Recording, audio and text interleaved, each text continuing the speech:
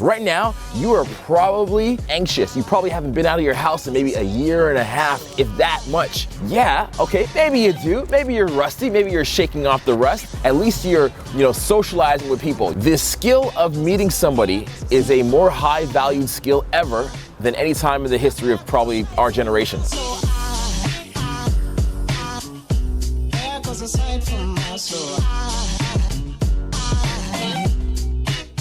Lockdown is over and it's time to get out and explore the world. And we're going to talk about today some practical tips to help you enjoy life again and start meeting people.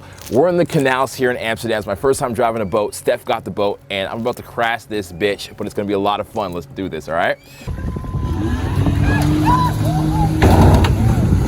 So, let's talk about this. Right now, you are probably frightened. You're probably anxious. You probably haven't been out of your house in maybe a year and a half, if that much. And you're saying to yourself, damn, how do I recover?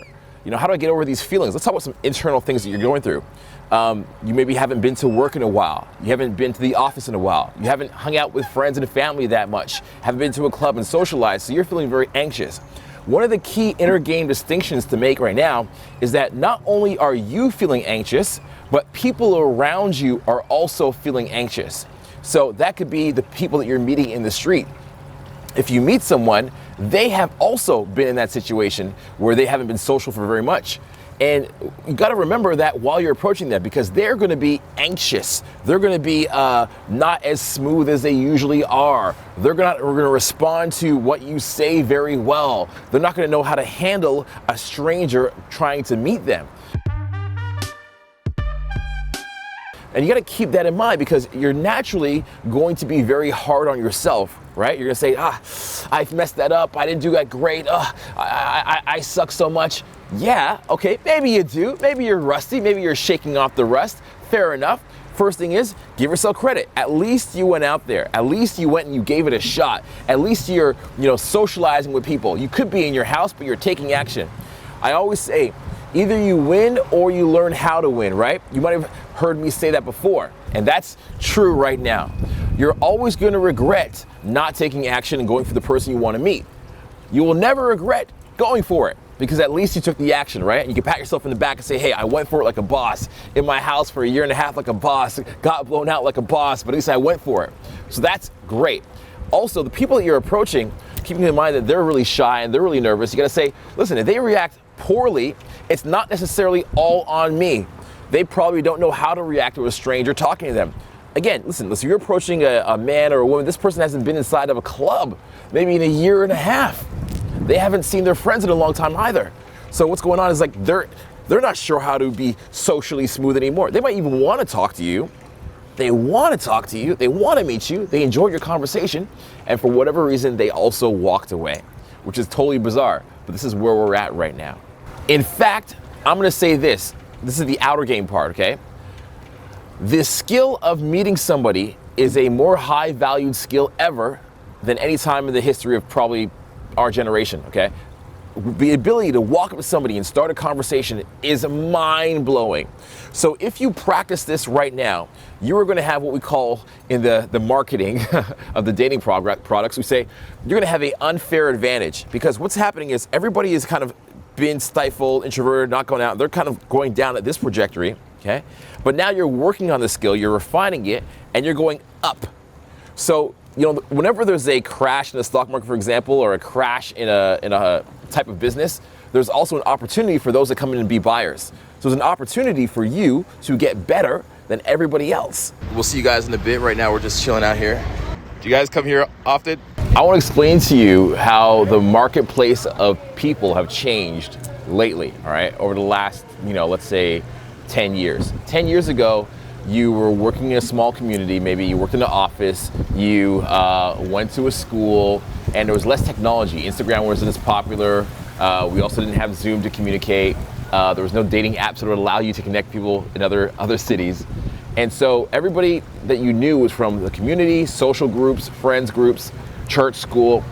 And then what happened was when technology came, it made the world a smaller place. So not only are you competing for people, competing for attention from people that are local, but you're competing for attention from people that are all over the world, right? With apps like Tinder and Instagram and things like that. So what that means is you got to do the best you can to optimize your online presence.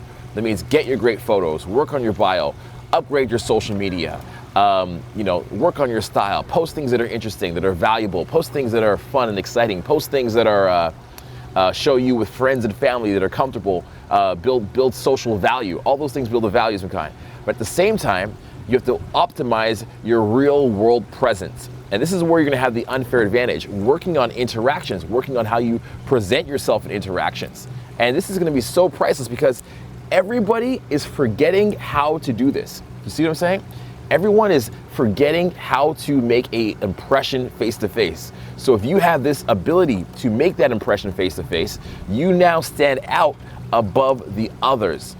So whereas before you may have been like, okay, because everybody would just use alcohol to get drunk and maybe meet people, now you're doing it sober. You're most likely doing it during the day. And somebody who has the guts and the wherewithal to do that makes a strong impression. I will tell you, people that have really been in my life for a long time, that I've known for a while and became long-term relationships, these were people that I met during the day, right? Because at nighttime, what's happening at night? Well, everybody's inebriated or they're drunk and they don't really think that they try to disassociate what happened that night with their true personality, okay? They forget about the next day during the day. Well, if you meet somebody during the day, you met them in their core personality, you met them in who they really believe to be when they are around their friends and their family and et cetera, right? So there's only advantages to working on this skill. This is the time to do it. There's no better time than now. And here is a practical tip that I want to leave you with. Practical tip. If you're approaching somebody in the day to meet them, don't have a mask on while you're doing it. Assuming you're being outside, okay? Don't have a mask on while you're doing it because they just literally can't read your facial expressions. It's like this, okay? They can't read your smile, they can't read anything. And we know that communication is 80% nonverbal. That's what we know. So if you're hiding half your face, they can't read anything. Same thing with these sunglasses, right? You could see my eyes in these sunglasses. You can kind of see my facial expressions. Imagine these were blacked out.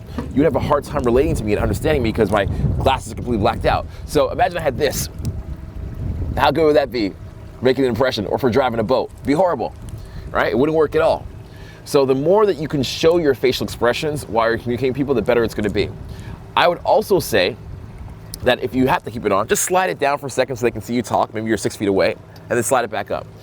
Another note is if they happen to have a mask on and they're outside at a park, they're most likely gonna be somebody who is in a fear mentality. They've been programmed by society or media. They maybe have a little bit of guilt, and they're not gonna be as socially savvy or open to meet people in that moment, okay? So you're best off in most cases to avoid somebody who is wearing a mask during the day that you're gonna try to meet. And those would be my practical tips for you. All right, so we talked about the inner game portion, talked about the outer game portion, we talked about what to do, how to do it, and we talked about the reasoning why in society and the opportunity that is available to you right now. And if you enjoyed this video, you wanna get your feet a little bit more wet in the water, you wanna do more of this stuff, you wanna get the ball rolling, what I highly recommend is you check out a video I'm gonna post right here in the corner. And this video is all about the beginner manifesto, the first steps to take to make a conversation last 2 minutes, 5 minutes, and just how to get the ball rolling. Okay, so click that right here. And I hope you enjoyed this. Stay tuned for more. Like, comment, subscribe on the video. And as always, keep in touch and don't be a stranger. Cheers.